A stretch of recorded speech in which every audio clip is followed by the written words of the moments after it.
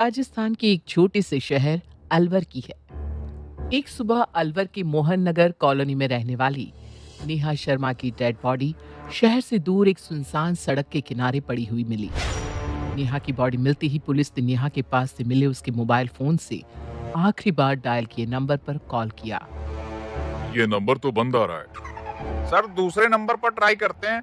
Inspector ने नेहा के mobile में सेव अजय नाम के एक नंबर पर कॉल किया। हेलो, कौन बोल रहा है? मैं इंस्पेक्टर चौधरी बोल रहा हूँ। ये नेहा कौन है? जी सर, नेहा मेरी भाभी, मेरे बड़े भाई की पत्नी का नाम है सर जी। आप जल्दी से पुलिस स्टेशन आ जाइए। लेकिन हुआ क्या है सर? नेहा की बॉडी मिली है यहाँ सड़क के किनारे। किसी ने गला काट कर आपकी भाभी नेहा का मर्डर कर दिया है। ये बात सुनते ही अजय बुरी तरह से घबरा गया। उसने अगले ही पल अपने मोबाइल से अपने बड़े भाई दीपेश को कॉल लगाया, लेकिन दीपेश का मोबाइल स्विच ऑफ आ रहा था। अजय ने अपनी पत्नी निशा को कॉल किया, लेकिन उसका भी फोन स्विच ऑफ आ रहा था। किसी अनहोनी की आशंका के चलते अजय पुलिस स्टेशन पहुंचा। सर, मेरा बड़ा भाई दीपेश और मेरी पत्नी निशा, वो फोन नहीं उठा रहे हैं सर। देखिए, आप आराम से बैठिए और हमें पूरी बात बताइए। वैसे आप इनके साथ क्यों नहीं गए? कहीं ऐसा तो नहीं कि आपने ही ये सब करवाया हो? ये आप क्या कह रहे हैं सर?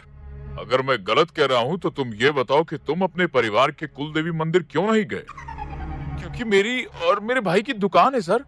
आज दुकान पर सामान आने वाला था और इसीलिए किसी एक का रुकना जरूरी था। ठीक है, आपके परिवार का किसी से झगड़ा, कोई पुरानी दुश्मनी? नहीं सर, ऐसा तो कुछ भी नहीं था। इंस्पेक्टर चौधरी इस केस की इन्वेस्टिगेशन शुरू करता है। दीपेश और निशा अभी तक गायब थे। उन्हें गायब हुए पूरे 2 दिन हो चुके थे। पुलिस ने उनके मोबाइल की लास्ट लोकेशन ट्रेस करने की कोशिश की तो पता चला कि आखिरी बार निशा और दीपेश का मोबाइल उसी जगह पर बंद हुआ था जहां पर नेहा की लाश मिली थी। इंस्पेक्टर चौधरी एक बार फिर से उस जगह की जांच पड़ताल करने के लिए पहुंचा। इस बार पुलिस की टीम एक एक कोने की बारीकी से जांच कर रही थी। तभी कांस्टेबल चंद्र प्रकाश ने इंस्पेक्टर चौधरी को आवाज लगाई।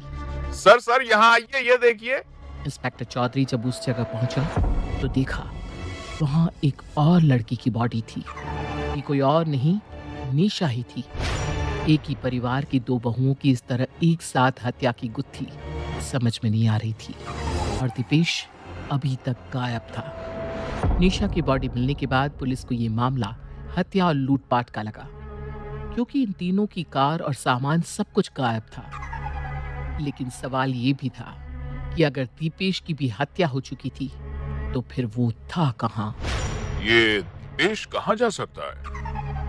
वही समझ नहीं आ रहा सर जी। दोनों लड़कियों को यहाँ एक जगह मारा गया है और आदमी गायब है। ऐसा कैसे? तभी अचानक से पुलिस स्टेशन में पुलिस के पास एक कॉल आता है और पता चलता है कि दीपेश की कार को एक दिन पहले अनवर से कुछ दूर एक गांव में देखा गया है।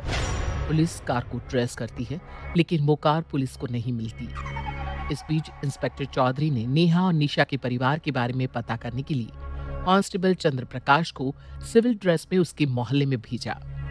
चंद्र प्रकाश वहां जाकर पता करता है और फिर एक खबर लेकर आता है। सर, एक बड़ी खबर है। सर, ये निशा और नेहा दोनों बहनें थी सर। लेकिन ये बात अजय ने हमें क्यों नहीं बताई? हो सकता है सर उसने ऐसे ही नहीं बताई हो। मतलब उसे लगा हो कि इस बात का मर्डर से कोई लेना देना नहीं। सही कहा तुमने। और कुछ पता चला? दोनों बहनों के बीच का रिश्ता कैसा था? सर, मैंने पता किया। आसपास के लोगों का कहना है कि दोनों बहनों के बीच काफी प्रेम था। लेकिन क्या? सर, ये दीपेश के बारे में लोगों की राय कुछ अलग है। अलग मतलब? इसका अपने भाई से कोई झगड़ा था? नहीं सर, भाई से तो कोई झगड़ा नहीं था, लेकिन लोगों का कहना है बड़ा गुस्सैल आदमी था। सबके साथ ठीक रहता था, लेकिन इसको कब गुस्सा आ जाए ये किसी को मालूम नहीं। लेकिन अभी तो ये गुस्सैल आदमी खुद ही गायब है। इस अजय की भी कुंडली निकालो चंद्र प्रकाश। मुझे इसके ऊपर शक है। ये जरूर हम लोगों से कुछ छुपा रहा है। एक काम करो, इसे एक बार फिर से पुलिस स्टेशन बुलाओ। इंस्पेक्टर के कहने पर एक बार फिर से अजय को पुलिस स्टेशन बुलवाया जाता है। अजय से सख्ती से पूछताछ की जाती है।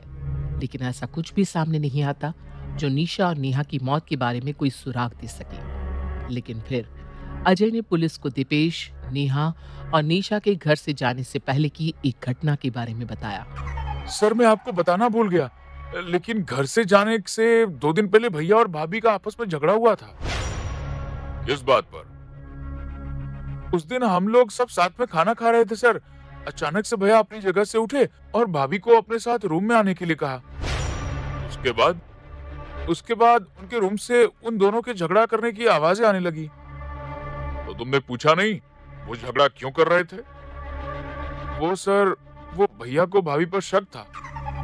उन दोनों के झगड़े के वक्त ऐसी ही कुछ आवाज आ रही थी। मैंने और निशा ने उन्हें कुछ नहीं कहा। हमें लगा मियाँ बीबी के बीच झगड़ा है तो बीच में बोलना ठीक नहीं।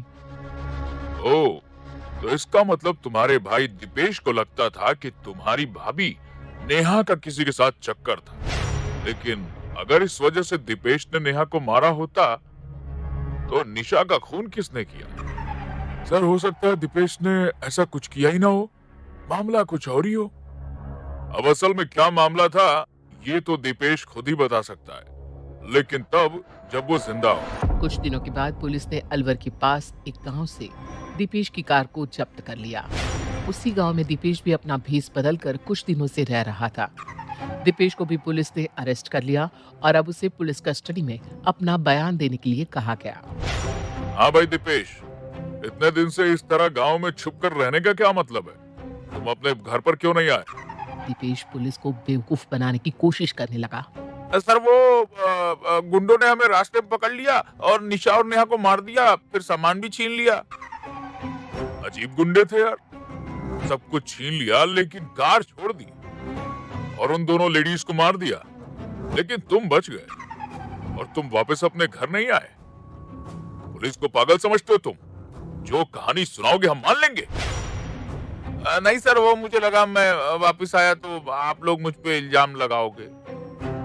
वो तो अब भी लगा रहे हैं। अब बोलो क्या करोगे? हाँ, अब तो तुम भाग भी नहीं सकते। देखो, इससे पहले कि पुलिस का डंडा तुम्हारी चमड़ी उधेड़ दे, सच बोल दो। गलती हो गई थी सर, मैं वाइफ पे शक कर बैठा। किसके ऊपर शक था तुम्हें बताओ? सर वो उस दिन हम सब खाना खा रहे थे और नेहा सबको खाना सर्व कर रही थी। उसका हाथ 2 बार अजय के हाथ से टच हो गया। अजय भी उस वक्त स्माइल कर रहा था। मुझे लगा उन दोनों के बीच कुछ चल रहा है।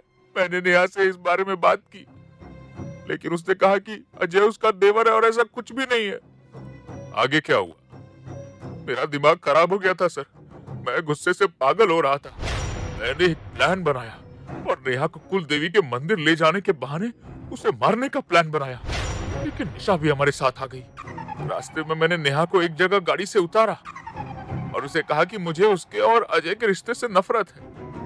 मेरी बात सुनकर नेहा नाराज हो गई और मैंने उसका चाकू से गला काट दिया। उस वक्त निशा कहाँ थी? मैंने उसे कार में लॉक कर दिया था। फिर निशा को क्यों मारा? क्योंकि निशा ने मुझे नेहा और अजय के बारे में बताया। उसने मुझसे कहा कि उनके बीच का रिश्ता गलत नहीं था। उल्टा नेहा तो अजय को अपने छोटे भाई की तरह मानती थी। मुझे अपनी गलती का पछतावा हुआ।